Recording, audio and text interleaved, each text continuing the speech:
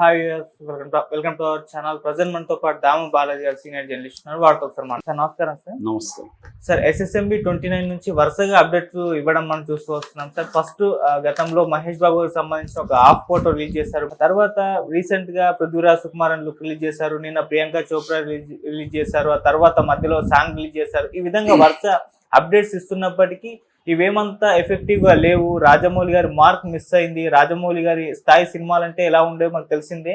So అదంతా ఆ స్థాయిలో లేదు అన్న ఒక కామెంట్స్ కూడా బలంగా వినిపిస్తున్నాయి సార్. మరి మీకేమనిపించింది ఇవన్నీ కూడా, ఈ అప్డేట్స్ అన్ని కూడా చూస్తూ వస్తుంటాయి సార్?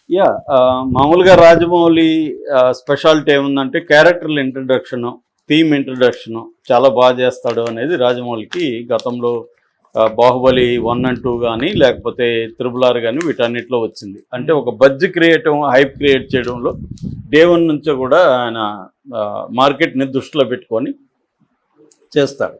అయితే మహేష్ బాబు సినిమాకి వచ్చేసరికి ప్రతిదీ కూడా నెగిటివ్గా ఉంది.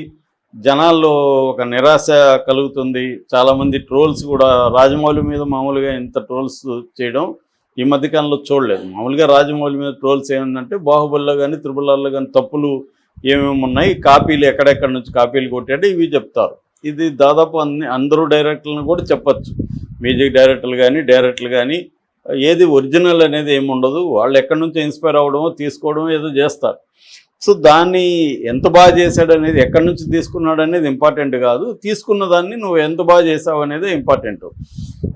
సో అది పక్కన పెడితే రాజమౌళి ఇప్పుడు దాదాపు 4 విషయాలు బయటకు వచ్చాయి. అందులో ఒకటేమో ఫస్ట్ మహేష్ బాబు గెటప్, అది పర్వాలేదు. అంటే రుద్ర క్యారెక్టరు లోపల అది నంది, అదంతా అదేంటి శివలింగం నంది అట్లాంటిది ఏదో ఇది ఉంది, అది ఓకే రుద్ర క్యారెక్టర్.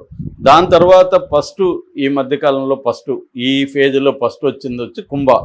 ఈ కుంభ అది బాగా మిస్ఫైర్ అయింది. కుంభ అతను విలన్ లాగా లేడు ఫస్ట్ ఆఫ్ ఆల్.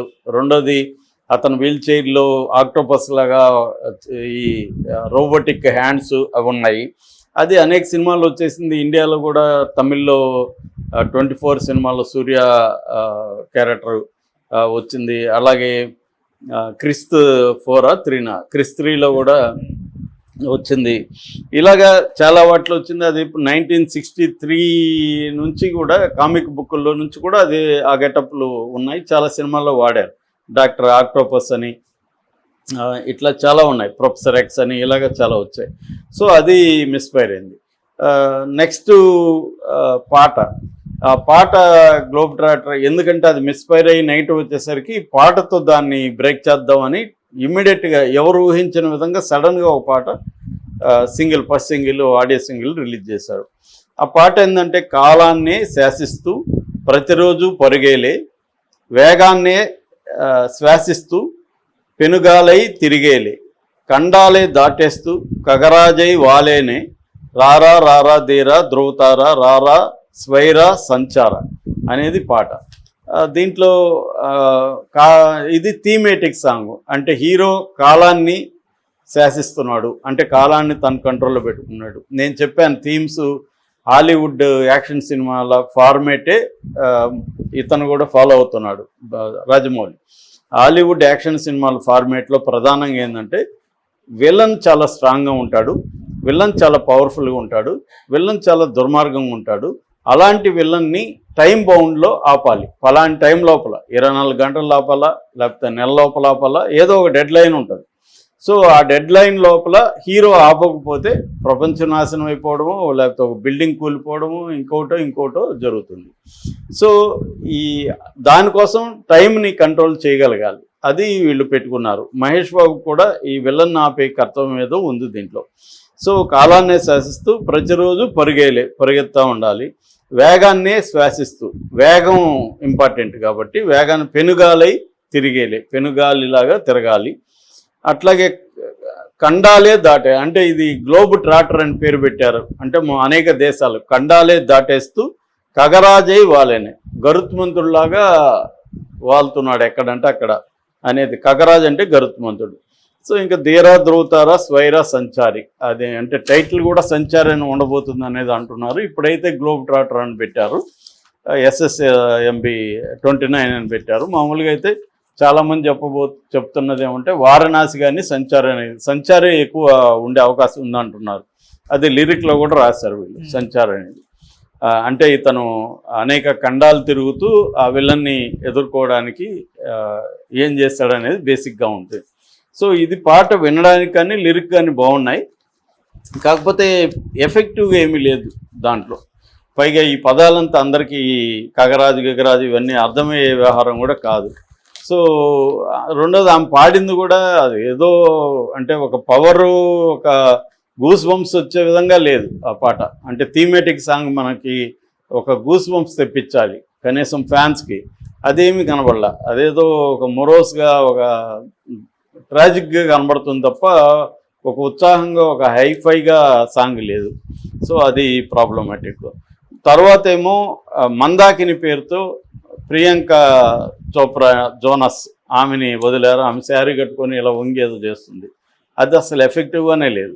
అదేమో పెద్ద ఎఫెక్టివ్ బ్యాంగ్ అన్నట్టు వదిలేరు, కానీ ఆ బ్యాంగ్ లేదు, దాంట్లో ఏమీ లేదు. పైగా ఆమె అసలు పెద్ద అవుట్డేటెడ్ హీరోయిన్ ఇండియాకి సంబంధించి. ఆమెమి పెద్ద మార్కెట్ ఉన్న ఆవిడ కాదు. రెండోది మహేష్ బాబు హీరోయిన్ లాగా కూడా లేదు.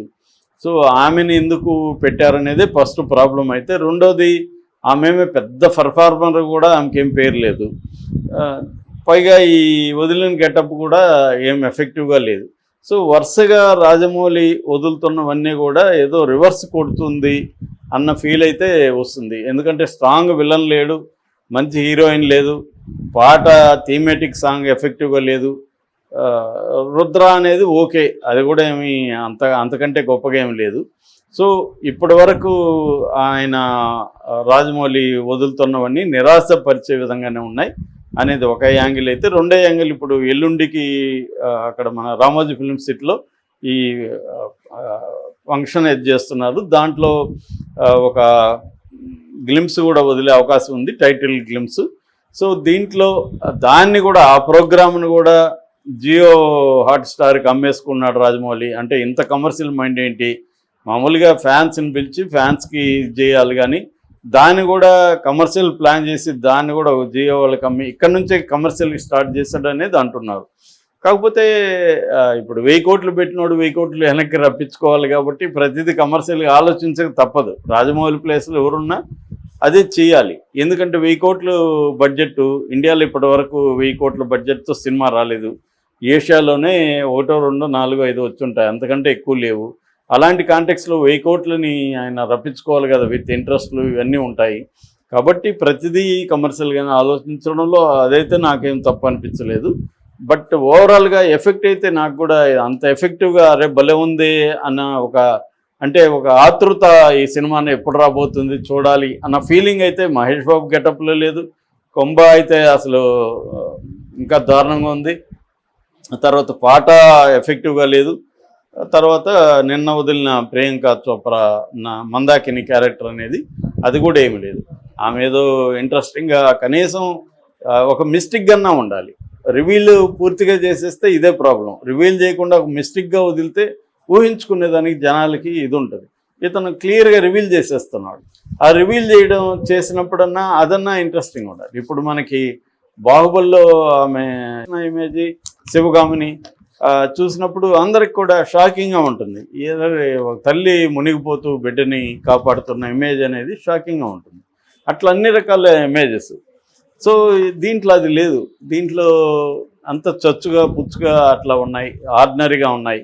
ఇది ఒక బ్యాంగ్ లేదు, ఒక మిస్టిసిజం లేదు, ఒక ఇంట్రెస్ట్ క్రియేషను లేదు. అట్లాగే సాంగ్ కూడా గూస్ బంప్స్ తెప్పించట్లేదు. పోనీ ఏమన్నా థీమేటిక్ సాంగ్ అర్థమయ్యేట్టుగా ఉందంటే అది లేదు. సో ఓవరాల్గా రాజమౌళి ఈ సినిమాకి ఇప్పటి వరకు అయితే ఎఫెక్టివ్ లేదు. కాకపోతే చాలామంది ఏంటంటే రాజమౌళిని తక్కువ అంచనా వేయకండి, ఖచ్చితంగా అతను మెస్మరైజ్ చేస్తాడు అనేదైతే నమ్మకం చాలామందికి ఉంది. అది కూడా ఏమి లేదని చెప్పలేము. కానీ ఇప్పటివరకు వదిలిన ఇమేజెస్ కావచ్చు, సాంగ్ కావచ్చు, ఇదైతే ఎఫెక్టివ్గా లేదని మాత్రం చెప్పచ్చు. Okay sir, thank you so much.